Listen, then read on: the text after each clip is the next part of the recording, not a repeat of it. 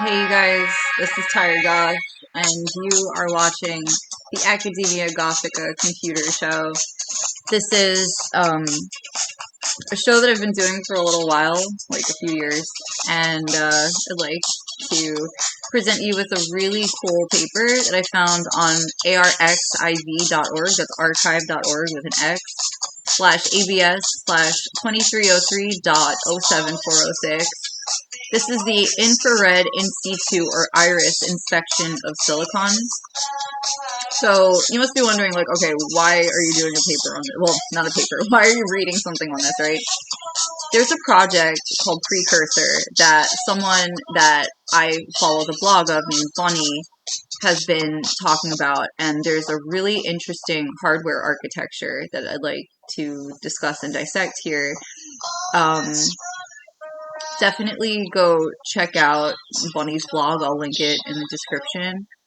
But the PDF here, as described, says this paper introduces the infrared in situ or iris inspection method, which uses shortwave IR or SWIR, the infrared light, to non-destructively see through the backside of chips and image them with lightly modified conventional digital CMOS cameras.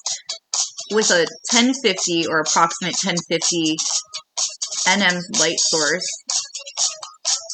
I don't know if that's a micro measurement or not, but Iris is capable of constraining macro and mesoscale features of a chip.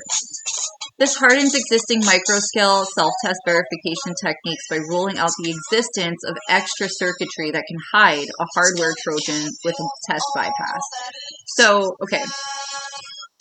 In hardware, there are backdoors that you can literally, like, solder onto a chip, and if not solder, then somehow, like, kind of slide in. Sort of like the way you would slide in your own business card in a stack of someone else's business cards. That's sort of how this works. I've heard about it. And now we're looking at what the detection method for this type of hardware backdoor is. So the thing is with light sources, right? There's a heat and a magnification sort of application of the light as it's sourced and applied that can melt chips, because some chips are made of gold, they're made of copper, silver. There's a lot of stuff that you can have on a chip that is very delicate and doesn't necessarily carry its same composition under different temperatures. So what the chip can accommodate in one type of heat versus a different frequency of heat when it's directly applied to it causes the issue here for the detection method if it's not done a certain way. So what they did was they started scanning the hardware to make sure that these CMOS cameras could be detected for, like, spy tools without being destroyed in the process, is what I'm understanding from this, right? So what it says here is this hardens existing microscale self-test verifications by ruling out the existence of extra circuitry that can hide a hardware Trojan with a test bypass. Thus, self-test techniques used in conjunction with Iris can ensure the correct construction of security-critical hardware at all size scales.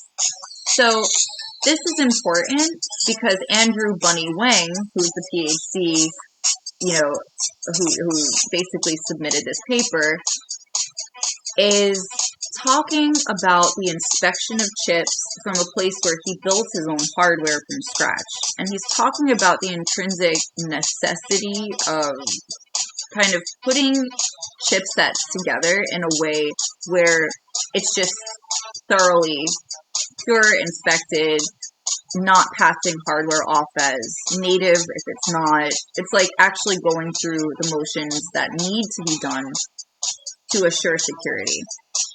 Now, this builds a secure device and thus makes it valuable because a lot of the insecurities that are passed off as secure in these devices have compromised lives many, many times. And you see it more so in countries where maybe there's not such a stringent sort of inspection policy, or people will do underhanded things on behalf of people who pay them and request it through illicit payment.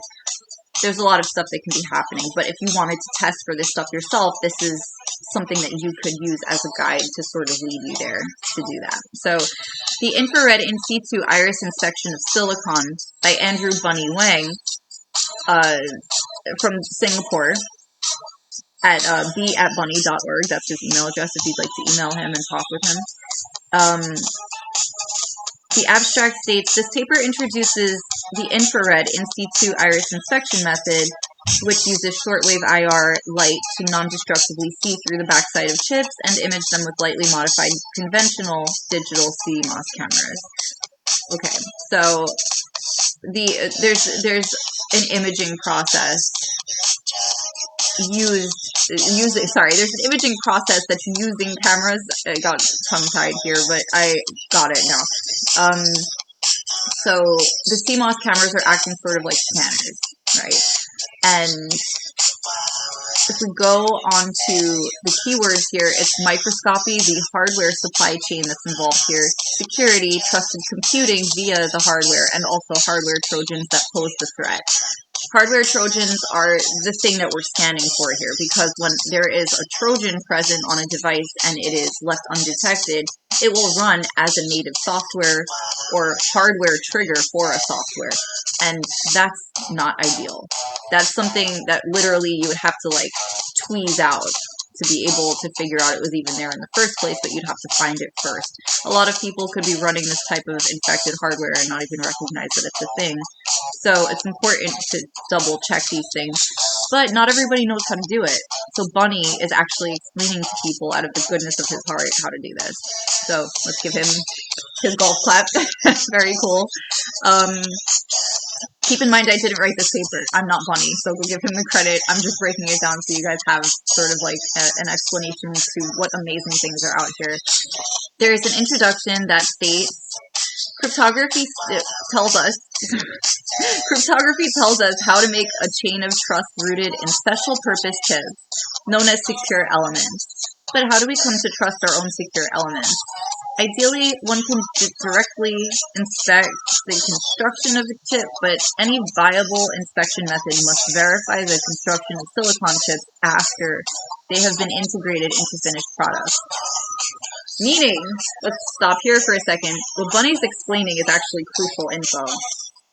Bunnie just let us know that after chips have already been put together in a whole piece, only then are they inspected as a whole piece. They are not inspected individually, meaning that if someone puts an infected chip onto a set of chips and says, this is the whole machine, you can buy it now, no one would ever know. No one would ever know. Oh, hold on. My book just started playing. Sorry, guys. So, okay.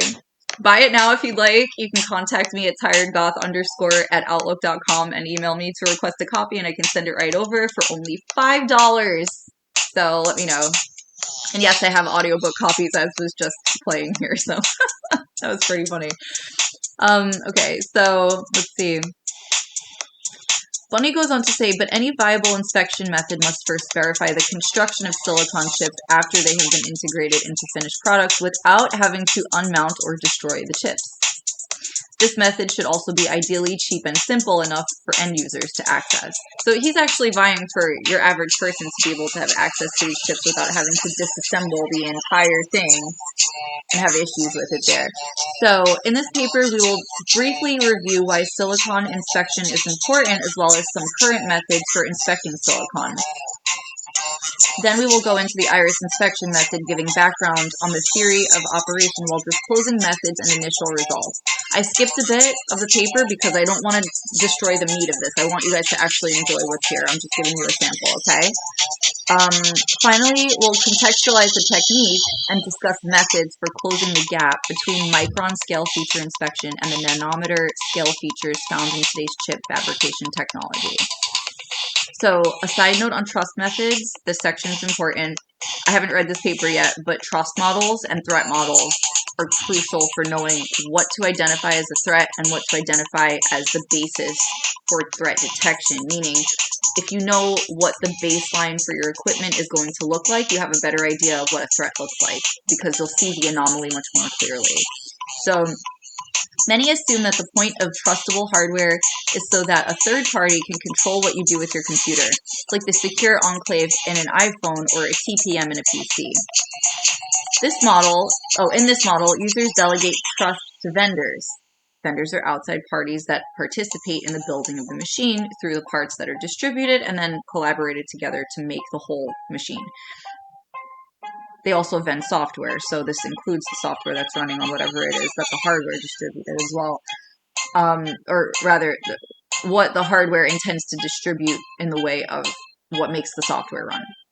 The hardware is actually separately distributed as its part to contribute to the machine, if that makes sense.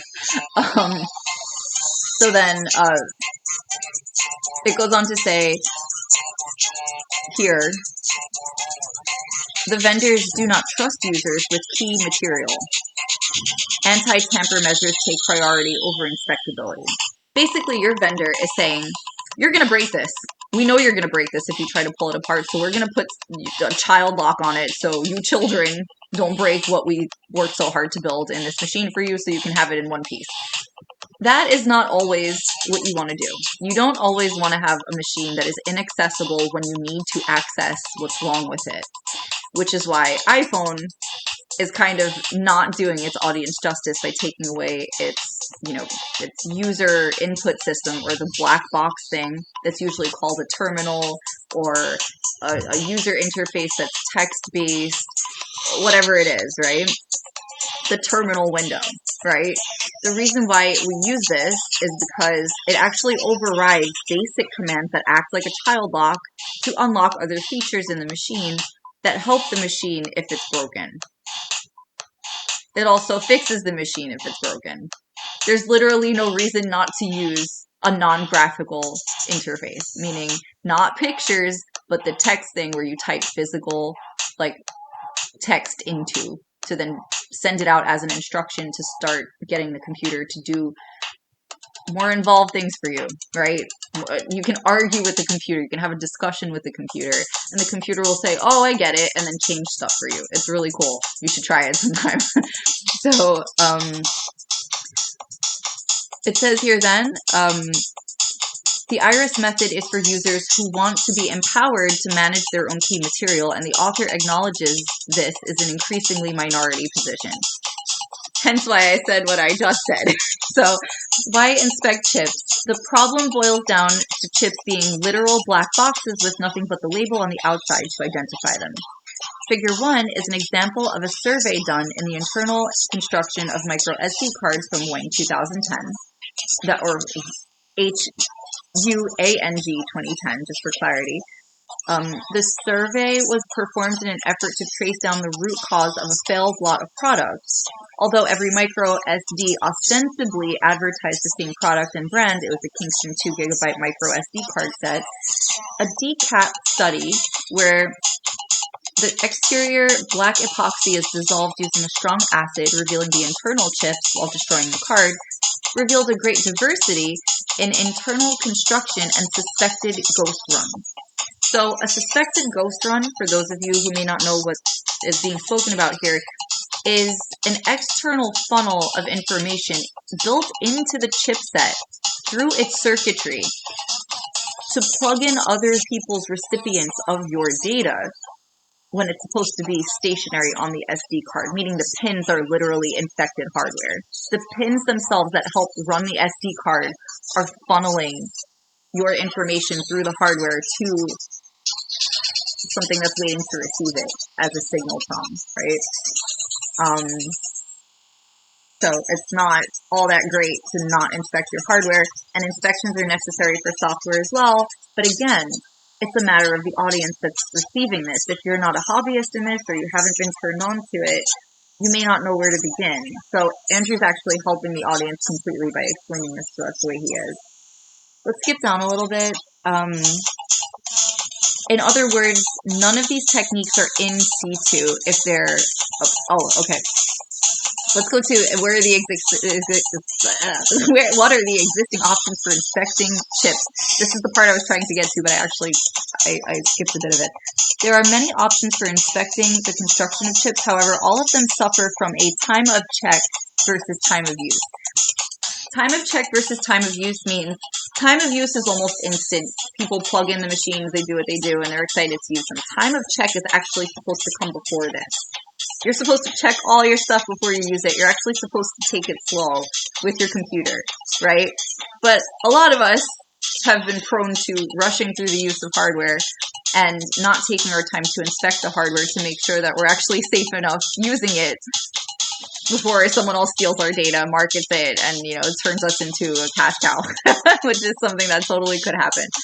So, none of us would even know this unless we, you know, actually were inspired to check and inspect our own stuff. So, you know, Andrew's kind of doing the world a service by talking about this here. So, here, it's like, they must be performed either on samples of chips that are representative of the exact device. I'm just turning the music down because I feel like the music is actually distracting me here. They must be performed on either samples of chips that are merely representative of the exact device in your possession, so you don't actually destroy your own stuff, or they must be done at remote facilities such that the sample passes through many strangers' hands before returning to your possession. So this is like a remote kind of thing where you yourself wouldn't be testing your own hardware. It would kind of just be a lot of people attempting to access it to see what they could get out of it as part of the inspection process. Scanning electron microscopy, or SEM, however, illustrated in Figure 2, is a popular method for inspecting chips, and the technique can produce highly detailed images, even the latest nanometer scale transistors. So if you don't know what a transistor is sort of like, I want to say like a spine kind of thing that picks up frequencies and channels them, right? So you have a source for the power, and then you have the transistor that sort of helps in the broadcasting process, whether it's broadcasting out or taking in information. So there are some pictures here of the actual SD cards. I don't know if you'll be able to see them, but this is the demonstration of what Andrew was able to do. And I'm going to link the paper so you have more information and details about this and hardware scanning in general, so you get a nice close-up kind of perspective of what this was like for him. And I hope you enjoyed this show. This was the Academia Gothica computer show. Thank you for tuning in and learning a little bit with me about hardware inspection. And thanks so much for being here. If you'd like to support me, please be sure to like, share, and subscribe on your way out. You can buy some merch at my merch store at kissnet.myspreadshop.com/all. You can also drop me a tip if you feel like I did you a service, but I would say donate to Andrew first because he's the one who innovated this, okay? And if you like my delivery, thanks so much. I'm accepting any and all praise, comments, and delightful remarks that you have for me. I love you guys. I'll catch you guys in the next episode, and I will see you for more content in a bit. See you. Bye. Love you.